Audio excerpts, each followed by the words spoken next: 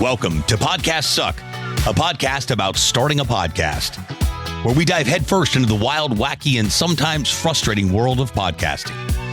If you've ever sat down with a microphone, hit record and thought, what on earth am I doing? Or if you're just curious about the magic behind your favorite shows, then you're in the right place. You're ready for laughs, insights, and a whole lot of what not to do advice as we embark on this podcasting journey together. Let's dive in.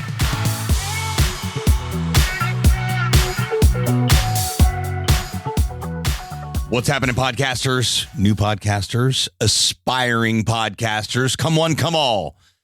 Episode 4 is going down right now. If you're just joining us, you may want to back up to the very first episode. I mean, we're only on episode 4, so I need to settle down a little bit. But episode 1 kicks things off on this step-by-step process of starting a podcast.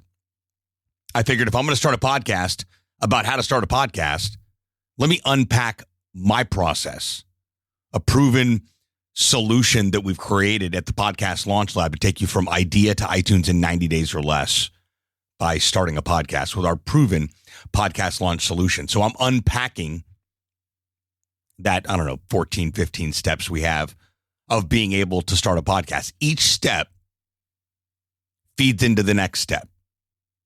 So if you're just starting this and thinking, I'll just listen to the most recent episode, back up a couple episodes. This is only episode 4. You can go back to 1.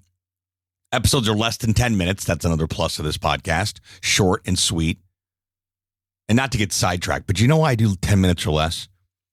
Think about when you pull up your phone and someone either sends you a message or you're pulling up a podcast to listen to. If that podcast is 8 minutes and 20 seconds, you're like, I got that. Now, if somebody sends you a voice note that's 8 minutes and 20 seconds, they're probably not friends with you. I'm kidding. But you're probably not going to be as inclined to listen to that voice note. But you're already looking for content to consume when you're searching for podcasts. So when you pull up a podcast and it's 7 minutes long, you're like, I got that. So that's why I want to do it. Short, sweet, to the point. I want you to extract at least 1 or 2 things that you did not know about starting a podcast from each episode. So let's dive in real quick. Episode 4 is all about your podcast intro and outro. Quick recap. This doesn't prevent you from going back to episode 1. But episode 1 will kick things off. It's a quick overview on why you're starting a podcast. Getting clear on that why. Then coming up with a name. How to do that effectively. And then episode 2 was all about being able to figure out how to create your podcast cover art. So we did an introduction. We talked about getting clear. We talked about how to create your podcast cover art, which is your podcast logo. Now we're going to dive into your podcast intro and outro. For those of you not familiar, a podcast intro and outro are the bookends for every episode. So that little jingle you hear at the beginning and they welcome you to the show, that's an outro. That little jingle and that little thanks for tuning in, that's the outro. Now, full transparency, it's questionable whether or not people even listen to intros and outros, especially returning listeners. However, it has become a very common protocol to have. It signifies the beginning and the ending of each episode. Now, when creating an intro script, here's what an intro script does not need. An intro script does not need an entire dissertation and explanation and full-blown 3-paragraph summary of what the podcast is all about. It needs to be short, sweet, and to the point. Again, put yourself in the listener's shoes for a minute. When you're listening to a new podcast, if that intro gets you excited, tells you a little bit about the show, and gets right into it, you're more excited. But they keep going and going and going. You're like, is this person ever going to shut up and start the episode? Do a little whistle there. What are you going to do? 44 with braces over here, okay? I whistle sometimes when I talk. Working through it, y'all. Working through it. Imperfect action. No, we don't cut this part out. That's part of the show. But when we talk about an intro, we want it to be short, sweet, and to the point. For example, welcome to my underwater basket weaving podcast, a show dedicated to, you guessed it, underwater basket weaving. And now, here's your host, Rooster McRooster. Get it? It's short and sweet and to the point. An outro. Thanks so much for tuning into this episode. We sure do appreciate it. Be sure to subscribe and wherever you listen to podcasts, and tell your friends about the show. Thanks again for tuning in. Talk to you next time. Again, that's a very informal way of doing it, but I wanted to dumb it down and make it as elementary as possible so you understand the intro is going to be short and sweet. I'm talking maybe 4 sentences if I'm exaggerating. Welcome to the show, what the show's all about. Welcome the host. You do not need to go into this entire huge explanation, and definitely don't make your standard intro different on every episode. Meaning, hey, welcome back to this episode. In this episode, we're sitting down with Billy Bob, and Billy Bob's going to talk about this, that, or the other, and Billy Bob did this, and Billy Bob did that, and Billy. It's too much. Now, if you want to have your quick, short, and to the point intro and do a bumper after the end. Now, here's your host, Sebastian Rusk. What's happening, everybody? Welcome to episode 57. I am so excited to sit down with my pet giraffe today. I've had this pet giraffe for 10 years. He does all kinds of interesting things in my backyard, like eat my trees and knock on neighbors' doors. And it's just quite the comical life we live here with my pet giraffe. So let's get into it. You understand? I'm giving a short little bumper, but I'm not going in. I don't want to steal the sizzle from the episode. A lot of people just go intro right into the episode. That's what I'm a fan of. You know, the intro's got music. It's got a voiceover. Welcome people. Tell them what it's all about very quickly. Introduce the host. Let the music fade out. And what's happening? Here we are, the next episode. Let's dive right into it. Because think about it as a consumer of podcasts. You just want to get to the meat and potatoes. Just give me the content.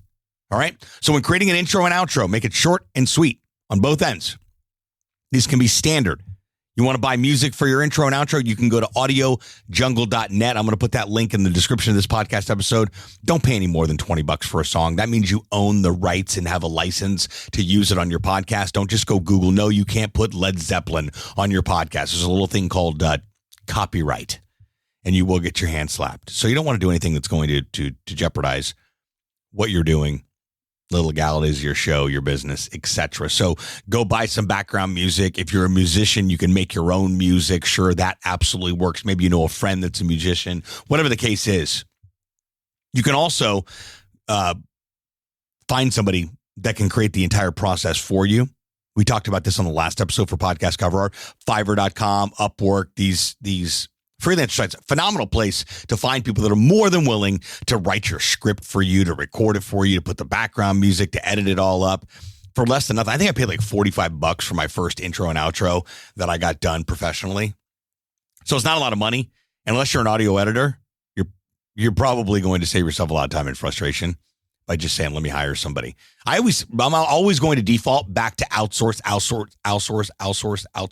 Go find a freelancer, find somebody on your team. Call us. We can help. This isn't a pitch. It's just how I feel deeply about work that you don't know how to do or don't want to do. If you don't want to do it or don't know how to do it, don't do it. Go find somebody who wants to do it. Does that make sense?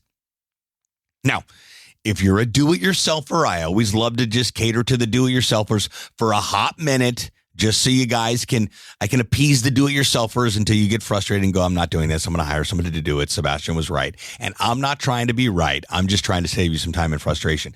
However, if you do want to do it on your own and you're a Mac user, you can open up GarageBand and, well, good luck.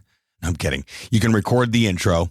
You can buy the background music. You can slap the background music as an additional track over the voiceover. Adjust the volumes, all that good stuff. Or you can just cut the raw track and send it to a video editor. But if you're a PC user, you weirdo, I'm kidding, totally kidding. You can use Audacity, just like it sounds, Audacity. I'll drop a link in the description of this podcast episode so that you can check it out. It's free software, PC or Mac. It's a little easier to use, in my opinion, than GarageBand, but they're both equally complicated. Audio editing is a less than pleasurable experience. Again, outsource it. Did I mention outsource it? You should totally outsource it. Unless you're like, I'm a musician, or I want to learn this, or I get it, or I'm a fast learner, I'm a do-it-yourselfer and a fast learner. Listen, I embrace whatever it takes to get you through the day. So I just want to be able to know, want you to be able to have those tools at your disposal. If you're a do-it-yourselfer, GarageBand or Audacity, you can cut the track, go to audiojungle.net, buy background music, slap it in there, Obviously, you want the volumes to be different on. So the music is up, then you bring the music down when there's a voiceover, not all the way down, but just a little bit down. So the voiceover is more prominent. And then when it's done, voice and music back up. Okay. So you don't want just music blaring the whole time and you're trying to talk over it. Same thing with the outro. So 2 options on your intro and outro. Do it yourself, which I do not recommend, but you absolutely can with GarageBand or Audacity, or outsource it. Go to Fiverr.com. There are plenty of individuals that would be more than happy to script it, record it, put background music, master it, all of the above. So questions, thoughts, ideas, concerns around the world of intros and outros for your podcast or any topic on this show, go ahead and shoot me a DM. I hang out on Facebook, LinkedIn, Instagram. I'm at Podcast Suck. That's podcast plural, Podcast Suck. I know that's shocking that's my handle. Shoot me a DM and say, hey, I just listened to the podcast. I have a question. Be sure to check out YouTube as well, because we have an entire library of every single thing you could ever imagine asking about starting a podcast. And that link's in the description of this podcast episode as well, too. It's youtube.com/podcast launch lab. youtube.com/podcast launch lab. I appreciate you tuning in. I hope you're walking away with at least 1 or 2 things that you did not know about an intro and outro for your podcast. I hope I've encouraged you. I hope I've gotten in your head and in your ears about outsourcing it and taking whatever you do not like off your plate.